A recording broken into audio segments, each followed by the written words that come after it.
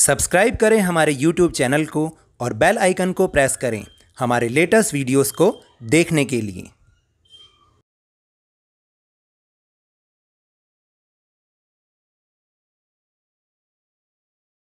Hello and welcome to Lavneesh Sir की class. This is Directorate of Education, GNCT of Delhi's worksheet number 4, and it is only for class 6 student. It has taken from the subject science. यानी कि आपको ये worksheet का work आपको science की notebook में करना है. And today we will understand about the components of food protein in this worksheet. यानी कि आपको तो याद है ना कि पिछली जो 4 वर्कशीट्स हैं उसमें हम कंपोनेंट ऑफ फूड के बारे में समझने की कोशिश कर रहे हैं, और हमने लास्ट टाइम जो कंपोनेंट ऑफ फूड का जो फर्स्ट कंपोनेंट था कार्बोहाइड्रेट, उसके बारे में हमने अंडरस्टैंड किया था.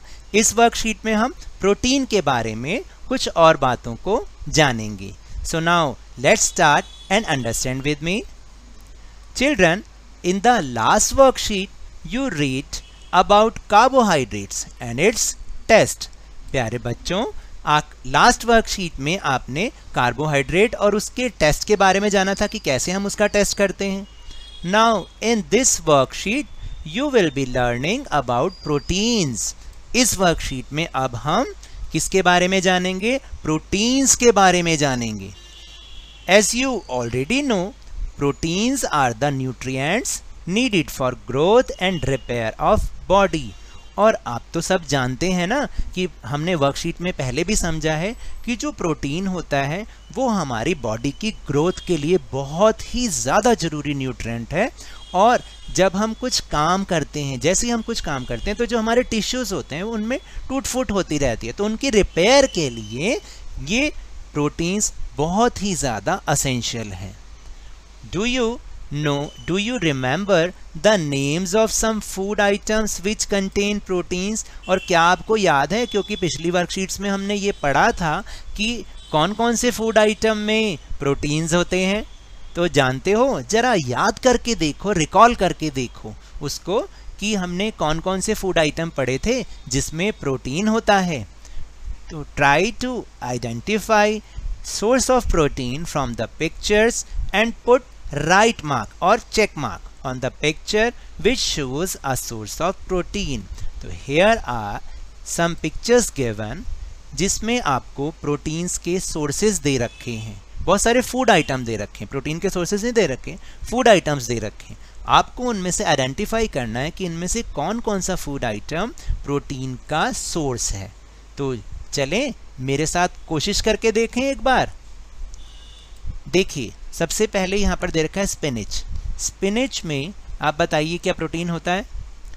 स्पिनिच में विटामिन ए तो होता है, लेकिन प्रोटीन भी होता है, बहुत थोड़ा होता है. फिर है कोकोनट ऑयल. कोकोनट ऑयल में भी होता है, लेकिन बहुत ही थोड़ा, उसमें दूसरी चीज़ें ज़्यादा, दूसरे न्यूट्रिएंट ज़्यादा होते हैं. फिर यहाँ पर क्या दे रखा है? Wheat.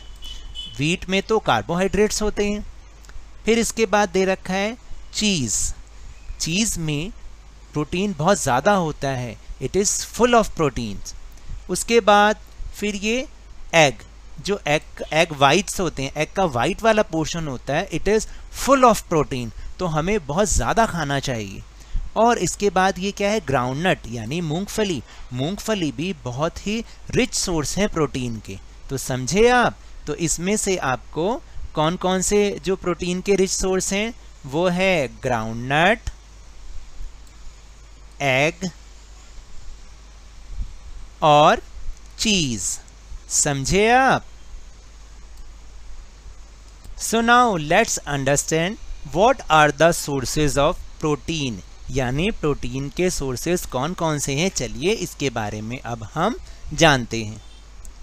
These sources are milk, meat, fish, beans. Beans जो बीन्स की, जो हम बीन्स खाते हैं ना, फलियां खाते हैं, सेम की फलियां, वो. चीज़ यानी कि paneer, egg white etcetera, egg का जो वाइट पोर्शन है, और बाकी तो आपको पता ही है मिल्क, मीट एंड फिश.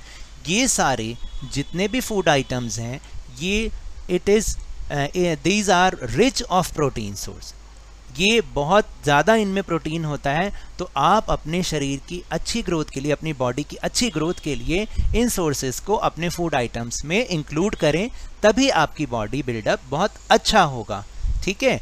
और फिर इसके बाद so let's understand the functions of protein. हमने पढ़ा तो है, लेकिन अब हम एक बार फिर से जान लेते हैं कि प्रोटीन का फंक्शन क्या है।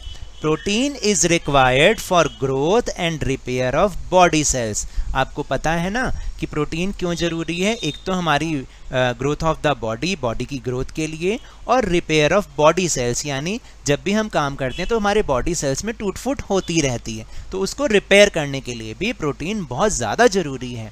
तो डियर चिल्ड्रन, अगर आपको याद हो तो लास्ट टाइम हमने कार्बोहाइड्रेट का टेस्ट किया था, स्टार्च का टेस्ट करके देखा था कि किसी फूड आइटम में स्टार्च है या नहीं।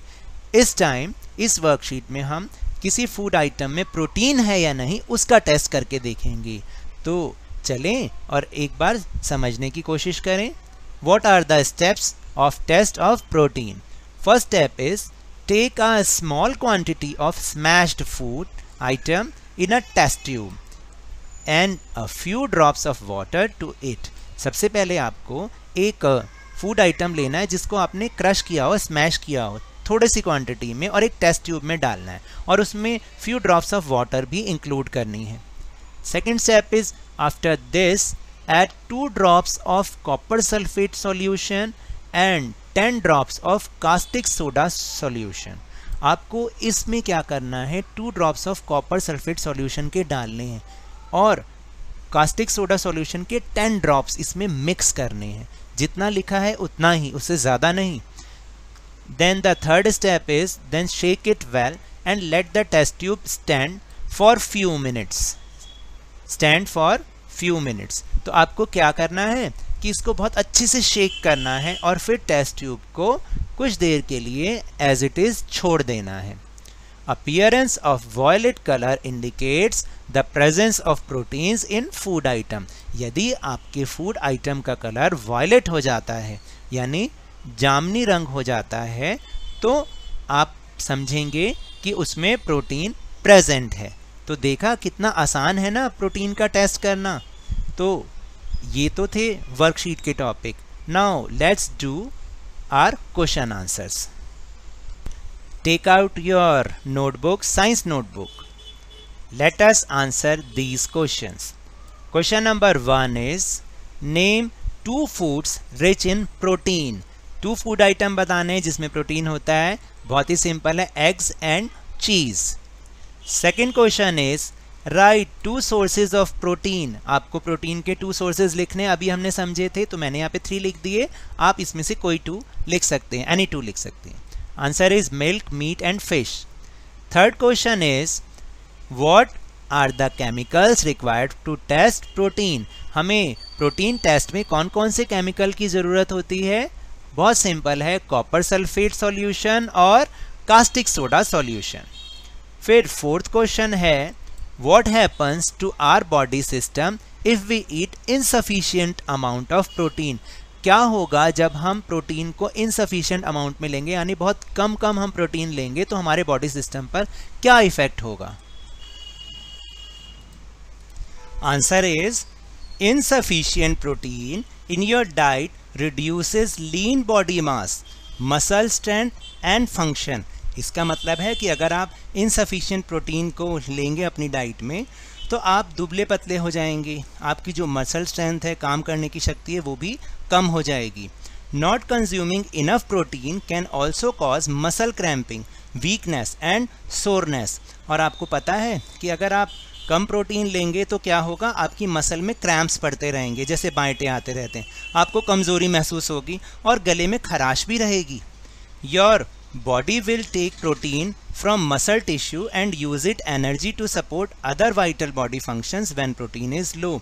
और आपको पता है कि अगर आप ऐसा करेंगे तो क्या होगा कि जो आपके जो मसल टिश्यू है उन्हें तो प्रोटीन की ज़रूरत है, तो वो क्या करेंगे कि आप उस जो है उस जो एनर्जी वो लेंगे वो फिर कहीं और से, जो भी आप चीज़ें खाएंगे तो वो चीज़ें भी आपको नहीं लगेंगी, उससे वो प्रोटीन में कन्वर्ट करके उसको वहाँ यूज़ कर लेंगे। तो इसलिए हमें हमेशा अपने फूड आइटम में सफिशिएंट अमाउंट ऑफ प्रोटीन लेना चाहिए। And the last question is question number 5, if you eat only meat and egg white every day, do you get other nutrients also from this food? क्या आप केवल रोज़ meat और egg white ही खाएंगे तो क्या आपको दूसरे न्यूट्रिएंट इससे मिल पाएंगे? तो answer is no, we don't get other nutrients from this food because meat is a source of protein and vitamin and egg white is the only source of protein. समझे आप? तो इससे हमें और दूसरे न्यूट्रिएंट नहीं मिल पाएंगे। तो that's all for this worksheet. अगर मेरे इस तरह समझाने से आपको थोड़ा सा भी समझ में आया हो तो इस चैनल को ज़्यादा से ज़्यादा सब्सक्राइब कीजिए, लाइक कीजिए और बहुत ही ज़्यादा शेयर कीजिए। और मेरे साथ खेल खेल में इसी तरह वर्कशीट को समझते रहिए, लेकिन ध्यान और मन लगाकर ज़रूर पढ़ते रहिए। Thank you very much.